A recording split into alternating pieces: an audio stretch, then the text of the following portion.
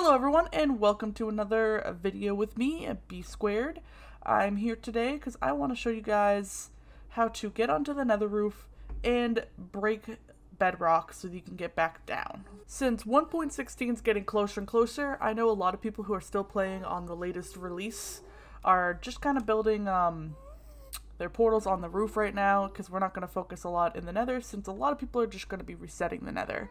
So I wanted to kind of show you guys an easy and quick way to both get onto the roof as well as break through the roof so that you guys can still get back down to the nether, because that's something at least we've done on our server and I know I've seen a lot of other people do the same thing, and I wanted to kind of show you guys how to do it. First thing you want to do is be sure you have everything with you that you're going to need once you enter the nether and get onto that roof, because it's not going to be easy to get back unless you have stuff. Otherwise you're going to be stuck up there and you're going to have to die and it's going to be a bad time. So I would recommend bringing yourself a nether portal kit. So like I have 10 obsidian and a flint and steel. You do need some obsidian for actually breaking the bedrock, so it is helpful to have that in general, at least 2 pieces, but I'd bring enough to make a portal. Worst case scenario, you need to go back to the overworld. Bring enough to do that, please. And make sure you bring flint and steel so you can actually activate the portal, because nothing would be worse than getting stuck up there without flint and steel. Other than that, the only 2 items you need to get onto the roof are really a spruce slab, or any slab really. You can use any kind of slab, anything that's a half block. And then ender pearls. So this would need you to at least kill endermen. You don't have to go to the end or anything crazy. Just getting some ender pearls is all you need to be able to get onto the roof. So it's pretty early game actually. Like pretty much in your first day you could probably get onto that roof. The next 4 items are going to be what you need to actually destroy the bedrock. Grab a couple pistons. I'm bringing 3 because sometimes you end up needing a 3rd one because you accidentally placed one in the wrong spot. You only technically need 2, but bring 3 just in case. A whole stack of TNT. The reason for a whole stack is because I've used up to like 32 TNT before I actually break it. Because this could take sometimes 3 tries, sometimes 20 tries. It really just depends. A trapdoor, any kind of trapdoor, that's just so you can get into your crawl mode. Makes it a lot easier. A block of redstone. This is crucial too. Make sure you bring that. I also have a diamond pickaxe. I would imagine you would bring all your tools anyway, but if you wanted to be sure, just in case you did have to kill yourself, I would bring a pickaxe, because once you kind of get up here, you're going to need it to be able to break the obsidian if you put it in the wrong spot, just items in general, and to be able to find the spot to get onto that roof. I also have a torch in my offhand because I like being able to see. And it is dark up here normally, so I have a torch and I have Optifine so I can actually see around, so that's why that's there. I'd bring some too so you can actually see.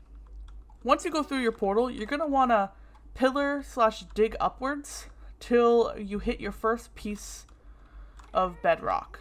Once you hit that, I would just keep mining around and kind of breaking everything up, figuring out kind of the lay of the land, just using your pickaxe. I'm in creative, so I have to be very careful to not actually break the bedrock while I'm digging in. That's why it's taking me a while. But yeah, I would just kind of clear out some area, because your main goal is actually to find a piece of obsidian. Ooh, this is actually a pretty good spot.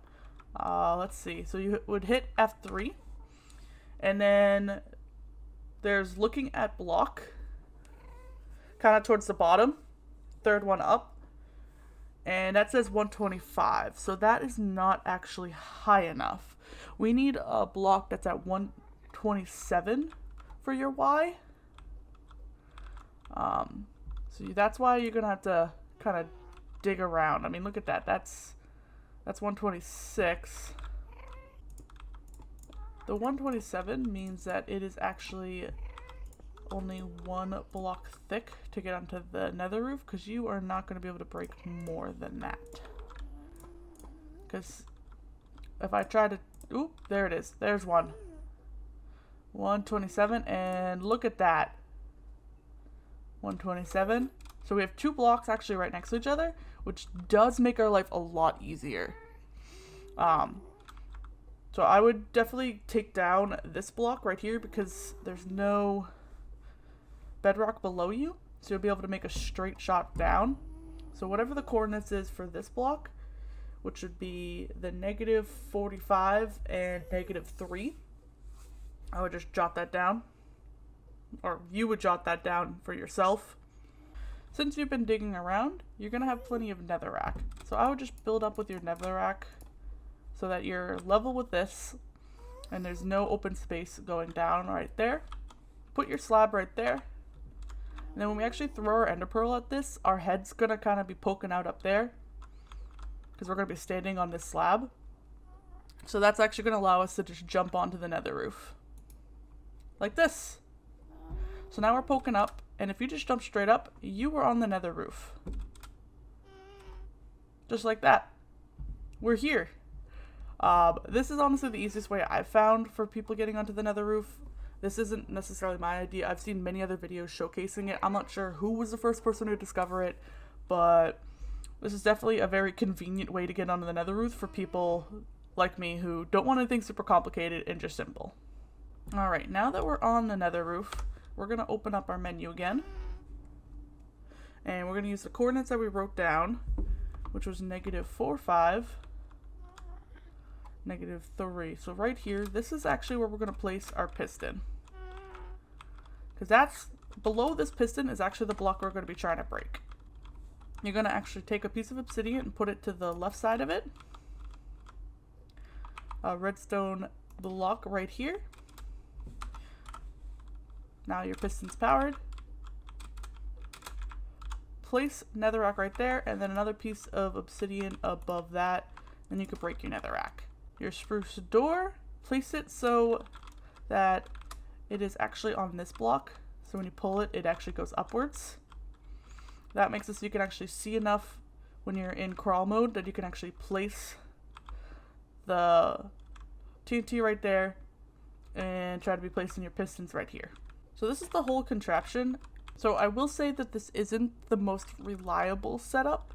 There are bigger, more complicated, not super complicated, but ways to do it. I think that this is kind of a simpler way, an easy way for anyone. Again, it does take a couple tries sometimes, but sometimes we get lucky and we'll do it on first try. And the reason why it doesn't always work is that the TNT actually needs to break the power source before it breaks this. And the way that TNT works, it's not guaranteed that it's actually going to break that first. So the way you can tell if it works is once you place the TNT here and then you're trying to spam click the piston over here, if the piston ends up facing straight up like this piston was, then that means it worked. If it's facing straight down, that means it didn't work. So let me go show you guys kind of what it's going to look like. So you're going to use this, push down. So when you're down here, the reason why I put that block up there is to make it easy to put down the TNT. And then you're just going to turn right over here, and in this corner, you're just going to spam click to be placing this piston. So you're going to place that, it's going to activate, spam click as fast as you can. And as you can see, this is facing down, which means it didn't work. So then you would just place it up again, place that. And as you can see, I had 2 of like everything in my inventory, which means that you didn't lose anything other than 1 piece of TNT. And you would just try it again. And that actually only took me 4 tries. And now this is facing straight up. So if I break this, look at that. We have our hole right down. There's our slab we placed earlier. Now you'll be able to break this all the way down, put down some scaffolding or ladders, whatever you choose, and you can get back down. Thank you guys for watching. I hope this was really helpful and that you're able to use this until 1.16 drops, where we all get to enjoy the nice, new, reset, beautiful Nether. I'll catch you guys in the next video. Bye!